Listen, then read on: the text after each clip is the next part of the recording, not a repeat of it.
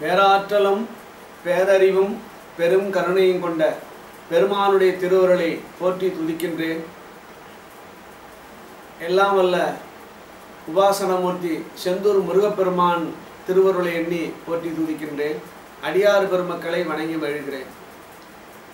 தவச்சாலை சசங்கத்தில் அன்புக்குரிய நண்பர் இளங்கோவன் அவர்கள், ஐயா தான் தவமூர்த்தியில் அமைப்பாளராக இருக்கார்.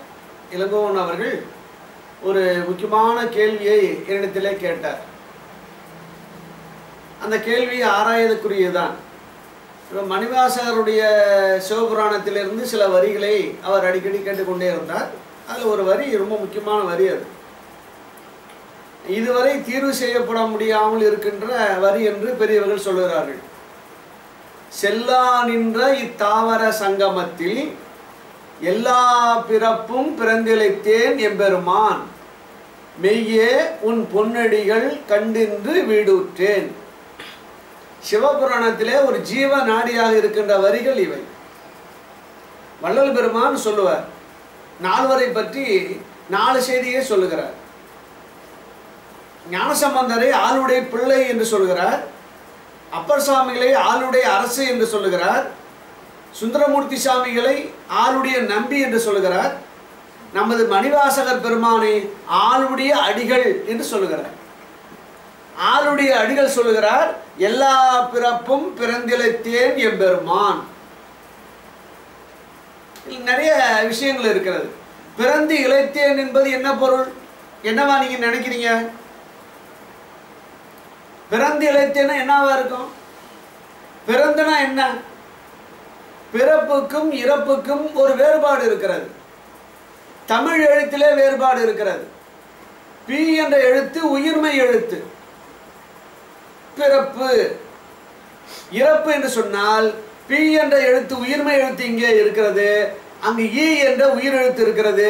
ரெண்டுத்துக்கும் ஒரே தான் வேறுபாடு. இங்கு உயிர்மை இருக்கிறது, அங்கு உயிர் மட்டும் இருக்கிறது.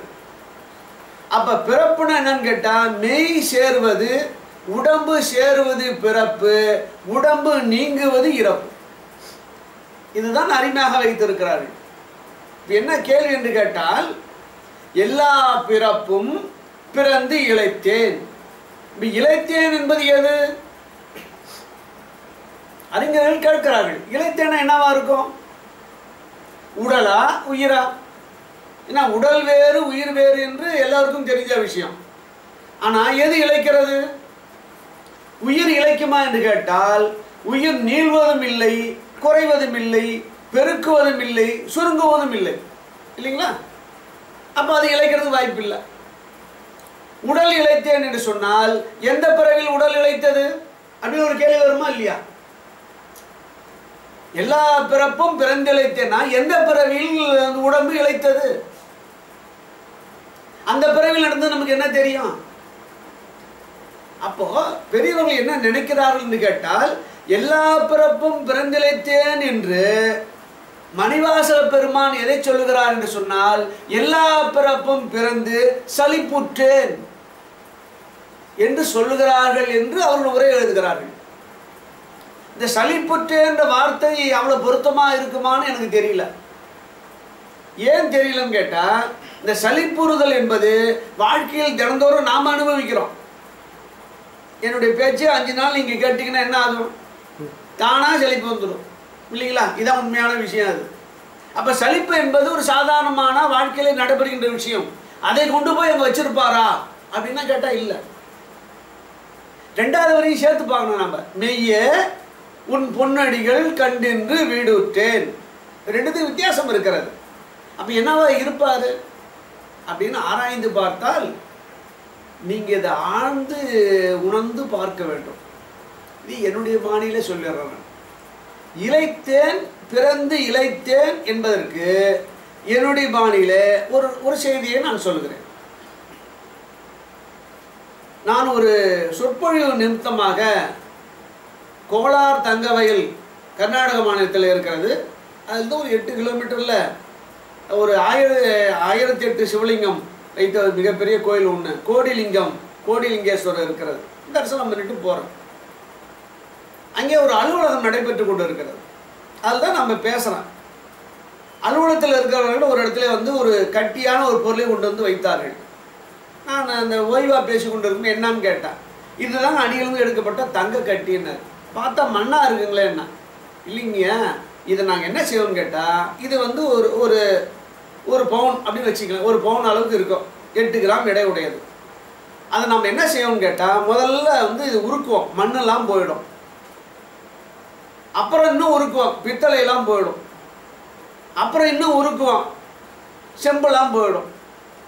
அப்போ எஞ்சி நிற்கும். இந்த 8 கிராம் தங்கம் ஒரு கிராமாக நிற்கும். அந்த அதுதான் தங்கம்னு பேர்.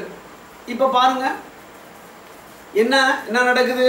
மண்ணு கரைகிறது, பித்தளை போகிறது, செம்பு போகிறது, மீதி இருப்பது எதுவோ, தங்கி இருப்பது எதுவோ அதுவே தங்கம்.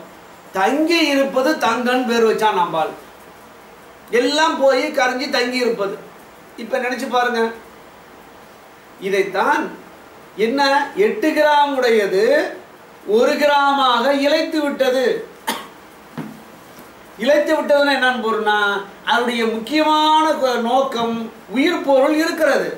உயிர் பொருளுக்கு மேலே இருப்பதெல்லாம் கரைந்து போய்விட்டது. மண்ணு கரைஞ்சி போச்சு, பித்தளை உருகி போச்சு, செம்பும் உருகி போச்சு, மீது இருப்பது தங்கமா இருக்கு. இதைத்தான் மணிவாசகர் சொல்லுகிறார். என்னன்னு கேட்டா, பல்வேறு பிறவிகளில் உலக ஆசை என்ற மண் கரைந்தது. பல்வேறு பிறவிகளில் என்னுடைய செயல் என்ற பித்தளை கரைந்தது. பல்வேறு பிறவிகளில் தான் என்ற அகங்காரம் என்ற செம்பும் கழிந்தது. அப்ப மீதி நானா இருக்கிறேன். உயிருக்கு மேலே இருக்கின்ற உலக ஆசை, தன்னுடைய வினை, ஆணவம் எல்லாம் கழிந்து போன பிறகு மீதி மட்டும் உயிர் தங்கி இருக்கிறது. அதுதான் தங்கம். சைவ சித்தாந்தத்திலே தங்கம்னா என்ன பொருள்னு கேட்டா, துரியா அதீதம் என்று பெயர். இன்னும் சொல்ல போனா, மிக ஆழமா போனா அது வந்து சுத்த துரியா அதீதம் என்று பெரியவர்கள் சொல்வார்கள். மலம் நீங்கிய உயிர் போல நான் மலம் நீங்கி இருக்கிறேன் என்பதை பெருமான் சொல்லுகிறார். இப்ப பாருங்க, எல்லா பிறப்பும் என்ன நடக்குது? ஆசை என்ற மாயாமலம் போகிறது, செயல் என்ற கண்மமலம் போகிறது, தான் என்ற அகங்காரம் என்ற ஆணவ மலம் போகிறது. இளைத்தேன், நான் மட்டும்தான் ஏன் நிச்சிருக்கிறேன் அப்படின்றார். அப்போ மலங்கள் கரைய நான் சுத்தமாக இருக்கிறேன் அப்படின்னு சொல்றார். இப்போ இளைத்தேன் என்பதுனா மலங்கள் கரைய ஆன்மா இருக்கிறது, அதான் அர்த்தம். இதுக்கு நான் என்ன சொல்லலாம், நீங்க என்ன கேட்பீங்க? இது சரிதானான்னு கேட்பீங்க. என்ன இது எப்படிங்க பொருந்தும் கேட்பீங்க. அடுத்த வரியை பாருங்க. சுத்தமா இருந்த மனிதனுக்கு என்ன தெரியுமா நடக்கும்? மெய்யே உன் பொன்னடிகள் கண்டின்று வீடுற்றேன். எப்போ வருது? சுத்தமான ஆன்மாக்களுக்கு தான் மெய்யாக பெருமான் தெரிவான். அப்பொழுதுதான் என்ன நடக்குன்னு கேட்டீங்கன்னா, மெய்யே உன் பொன்னடிகள் கண்டு இன்று வீடுற்றேன். அது 32வது வரின்னுவாங்க. மணிவாசன் 32வது வயதிலே திருவடி பேர் அடைந்தார் என்று பிரிணி வந்தவர்களாம் சொல்வார்கள். எனவே அன்பர்களே, பிறந்து இளைத்தேன் என்பது மலங்கள் எல்லாம் தன்னை விட்டு போக தான் மட்டும், ஆன்மா மட்டும் சுத்த தேகமாக இருப்பதுதான், சுத்த அதீதத்திலே இருப்பதுதான் என்று பொருள். அதைத்தான் பெரியவர்கள் சொல்லியிருக்கிறார்கள்.